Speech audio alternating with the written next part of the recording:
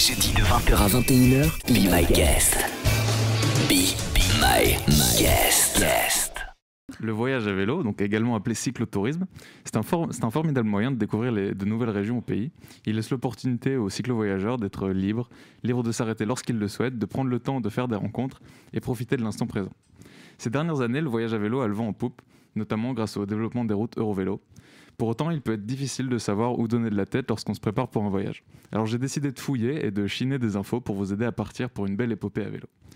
Mais alors, qu'est-ce qu'un voyage à vélo ? À première vue, le voyage à vélo semble avoir une définition simple. Concrètement, il s'agirait de partir pour un voyage au moyen de la bicyclette. En réalité, il existe de nombreuses variantes du cyclotourisme. Plusieurs choix s'offrent à vous. Déjà, le vélo en lui-même. Vous pouvez opter pour un vélo droit classique ou bien un vélo couché, plus confortable sur les longues distances. Vous pouvez aussi opter pour un tandem, un tricycle ou même une trottinette si l'envie vous prend. Ensuite, le style de voyage que vous recherchez. Est-ce que vous voulez partir avec votre tente et le moins de bagages possible ? Ou bien au contraire, vous dormirez dans les hôtels et vous prenez une grosse valise avec. Alors il se peut peut-être que vous ayez besoin d'une remorque à vélo. Il faut aussi penser aux distances que vous souhaitez parcourir. Vous voulez y aller relax ou bien faire 70 km par jour. Le voyage à vélo est accessible à tout le monde, même aux grands-mères, mais il faudra évidemment adapter les distances, les vitesses et les chemins empruntés. Et combien de temps souhaitez-vous partir ? Le temps d'un week-end ou bien pour 5 ans ? Tout est possible à vélo, mais l'important c'est l'organisation et la préparation. Tout ça c'est bien beau, mais pourquoi opter pour le cyclotourisme plutôt que d'autres manières de voyager plus traditionnelles ? Tout d'abord, le vélo c'est économique. Entre le bivouac, l'accueil chez l'habitant, le camping, les dépenses sont davantage limitées. Le gros du budget sera en effet la nourriture, le carburant du cyclo-voyageur. Certes, le mode de transport est lent, mais le budget s'épuise aussi plus lentement. Ensuite, le vélo c'est éco-responsable. Le voyage à vélo offre l'opportunité, si on le souhaite, de partir de chez soi pour revenir chez soi sans avoir à utiliser d'autres moyens de transport et sans consommer une autre énergie que la sienne. Le vélo, c'est aussi beaucoup de rencontres. Le cyclo-voyageur attise facilement la curiosité des locaux, ce qui favorise la rencontre. Le fait d'être à la hauteur humaine, non enfermé dans un véhicule, permet de partager encore plus avec les autochtones. C'est vraiment ce qui va faire la richesse du voyage, car même un voyageur timide pourra échanger. Et enfin, mais surtout, le vélo, c'est une liberté infinie. Le vélo permet généralement de transporter un peu plus de poids qu'un sac à dos. C'est ce qui offre l'opportunité de prendre une tente, un matelas, un bon sac de couchage et de bivouaquer, le cas échéant. En voyageant de la sorte, c'est le présent qui prend le dessus. On roule, on se nourrit et on cherche un endroit où dormir. Maintenant que je vous ai convaincu des avantages du cyclotourisme, il est temps de s'organiser. Choisissez d'abord avec qui vous voulez partir. Solo, en couple, entre amis, en famille ou même avec son chien. Il est ensuite important de poser le projet sur papier. Partir à vélo ne s'improvise pas. En clair, il va falloir se demander quand partir, sur quel itinéraire cyclable, pour combien de temps, quel budget, quel équipement, où loger, etc. Sachez d'ailleurs que plusieurs bourses existent, notamment pour les jeunes, pour vous aider financièrement dans ce genre de voyage à 2 roues.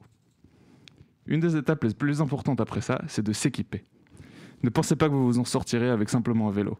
Il est important de choisir un matériel adapté à votre voyage, à votre budget et à vos capacités. Ne vous surestimez pas. Passer 2 semaines, 6 heures par jour sur une selle en plastique peut faire mal à la longue. Il faudra aussi veiller à ce que vous soyez bien protégé et assuré si vous avez un pépin. Un voyage en vélo implique effectivement de plus grands risques d'avoir des petits soucis de santé. Et une simple indigestion ou une entorse peut vous bloquer sur place. Soyez préparé à organiser un rapatriement si nécessaire. Enfin, last but not least, il faut s'entraîner. On ne part pas faire 500 km à vélo sans avoir touché un guidon depuis 2 ans. Sortez de temps en temps, découvrir les pistes et chemins autour de chez vous. Vous serez plus à l'aise le jour J et je suis certain que ça vous fera découvrir de jolis paysages à quelques coups de pédale de la maison. J'espère en tout cas vous avoir rendu curieux sur cette alternative au voyage traditionnel et pourquoi pas avoir planté quelques idées dans votre tête. Ben oui, effectivement. C'est vrai que je suis pas une grande pro de voyage en vélo. Je connaissais même pas d'ailleurs le terme cyclotourisme. Voilà. Donc voilà, tu m'apprends vraiment quelque chose. Et en fait, si tu parles de tout ça, c'est que tu es vraiment un connaisseur et tu fais beaucoup de voyages en vélo ou pas ? Moi, j'ai jamais fait un vrai voyage à vélo de plusieurs jours, mais j'aime beaucoup le vélo, j'aime beaucoup me balader sur les pistes autour de chez moi. Ah, c'est génial ça. Franchement, ça donne envie. Je sais pas si toi, Alex, tu fais souvent du vélo. Moi, c'est plutôt en mode sport. Donc, pour faire un peu de sport. Pendant le premier confinement, j'en ai fait beaucoup. Découvrir ma région. Mais des grandes balades, des grands voyages comme ça m'a déjà dit. J'ai vu qu'il y avait l'euro, c'est comment l'Eurovélo, je pense. L'Eurovélo, voilà. Il y a beaucoup de Ravel aussi en Belgique. Et ouais, les Ravel en Belgique, l'Eurovélo. Et donc, ouais, l'idée m'a déjà trotté dans la tête. Je me suis dit pourquoi pas, mais c'est sûr que ça demande tellement de préparation, d'entraînement. C'est aussi un voyage que tu fais pas sur un coup de tête, quoi. C'est clair, quoi. Et c'est physique. Et en plus, tu as parlé de vélo couché.